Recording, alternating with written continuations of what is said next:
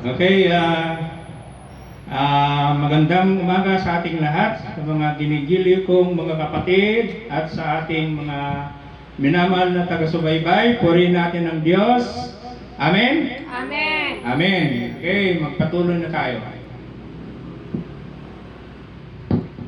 Paano magkaroon ng kayamanan sa langit? Yan ang tanong, no? So, merong kayamanan dito sa lupa. Ngayon, merong kayamanan sa langit. Sa Matthew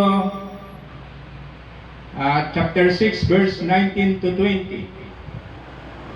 Sabi ng ating Panginoong Jesucristo, huwag kayong mag-impok ng mga kayamanan dito sa lupa. Dito'y may naninirang insekto at kalawang at may nakakapasok na magnanakaw. Okay? Sa halip, mag-impok kayo ng kayamanan sa langit. Do'y walang naninirang insekto at kalawang at walang nakakapasok na magnanakaw.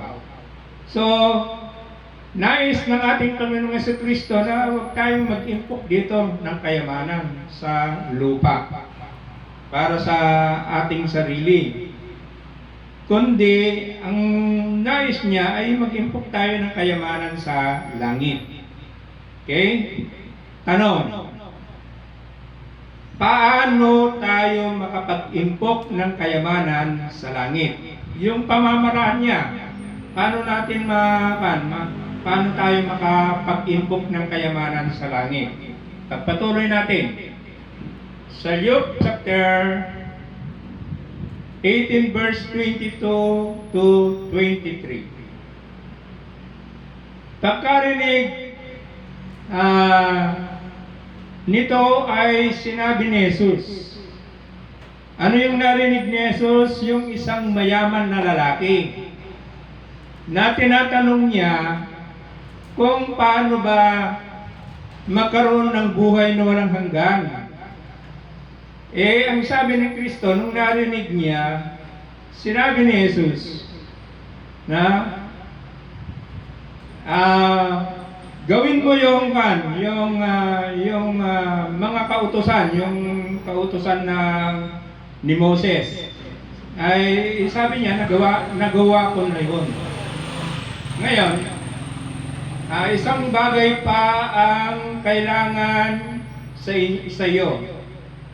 Ipagbili mo ang lahat ng iyong ari-arian at ipamahagi ang pinagbilhan sa mga dukha. Ito, wag nating intindihin ng literal ito, no? At magkakaroon ka ng kayamanan sa langit, no?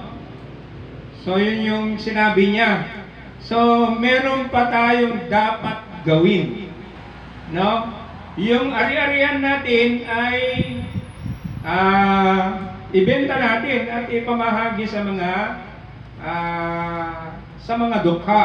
Anong ibig sabihin nun? Sa pamamagitan yun, magkakaroon ka ng kayamanan sa langit. Pagkatapos ay bumalik ka at sumunod ka sa akin. Nalungkot ang lalaki nang marinig niyon, sapagkat siya ay mayaman, no? So nalungkot siya doon sa sinabi ni Kristo, no? So yung pagkaunawa niya, literal yon. Ngayon, dito sa atin, meron tayong kayamanan. Ang kayamanan natin ay yung oras, yung talento natin, yung mga ari-arian na, no? Binigyan tayo ng Diyos ng oras, no? Mula nung tayo ay binigyan ng buhay ng Diyos, doon nag-umpisa yung oras natin. Okay. Yun ay matatagpuan sa Daniel chapter 2 verse 21. Binigyan niya rin tayo ng talento, ng karunungan, ng galing. Yan yung mga talento natin. So, sapagkat ayon sa Ephesians chapter 4 verse 11, lahat ng na talento o yung mga gift ay galing sa Diyos. Okay? Now, sa pamamagitan ng oras natin, ng talento natin, makakalikom tayo ng ari-arian ng kayamanan natin. Yan, sa Joshua chapter 1 verse 8, na kung tayo'y sumusunod sa kanyang kautusan, magiging successful tayo, magiging malago ang ating pamumuhay. So, yun yung kayamanan na kailangan natin. Saan natin ang sabi niya, no, ibenta mo, no? At ipamahagi sa mga dukha. Anong ibig sabihin nun? So, yung kayamanan natin, yung oras natin, yung talento natin, at saka yung mga pera natin na pinaghirapan natin, ay gamitin natin sa Diyos yun, para sa kaharian ng Diyos. Yun ang nais ni Kristo. Halimbawa, yung meron tayong oras sa Kanya, dito sa pagtitipon natin, may oras tayo sa Kanya. O kung meron tayong talento na ibahagi yung Kanyang salita, yun ay mga kayamanan natin na pwedeng ibahagi. Now, tumutulong tayo sa mga nangangailangan, no? Kung may humingi sa atin ng tulong, binibigyan natin sila. Yun ang ibig sabihin yan, mga kapatid. No? Pagkatapos na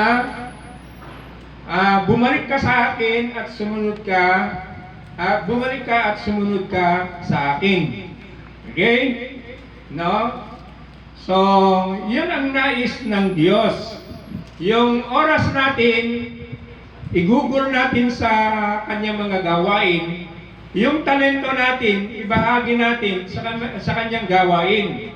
At yung mga natin, kung marami tayong pera, no, na nalikom sa pagtatrabaho natin, ay ibahagi natin sa mga dukha. So, tutulong tayo, no? Sa pamamagitan nun ay magkakaroon tayo ng kayamanan sa langit. Sana naunawaan natin yun. No, hindi yung ibebenta mo yung ari-arian mo, tapos ipamahagi sa mga dukha. Hindi yun. Kundi ang nais ng ating Panginoong Jesucristo, yung kayamanan natin ay gamitin natin para sa kalooban ng Diyos. No? Halimbawa, ito, dito, ano yung mga ari-arian na nandito? Halimbawa, itong building na ito, isang ari-arian yan.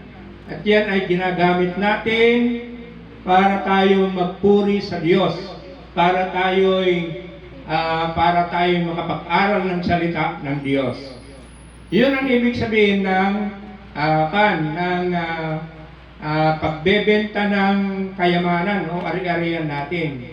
Gamitin natin yung, mga kapatid, gamitin natin yung ari-arian natin para sa kaluwalhatian ng ating Panginoon Diyos, para sa ating Panginoon Diyos, sa Kanyang kaharian.